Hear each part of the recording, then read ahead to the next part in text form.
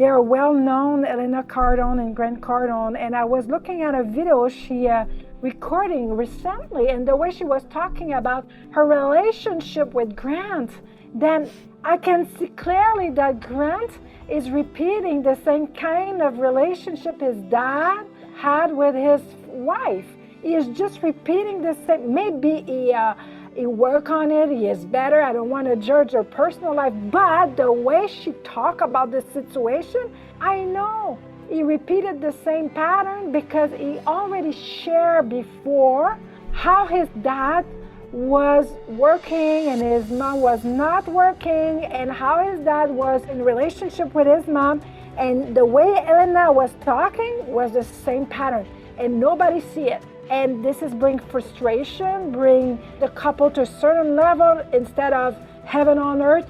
This is many things that the people, they just see right now, in the now, but they don't see the link in the past.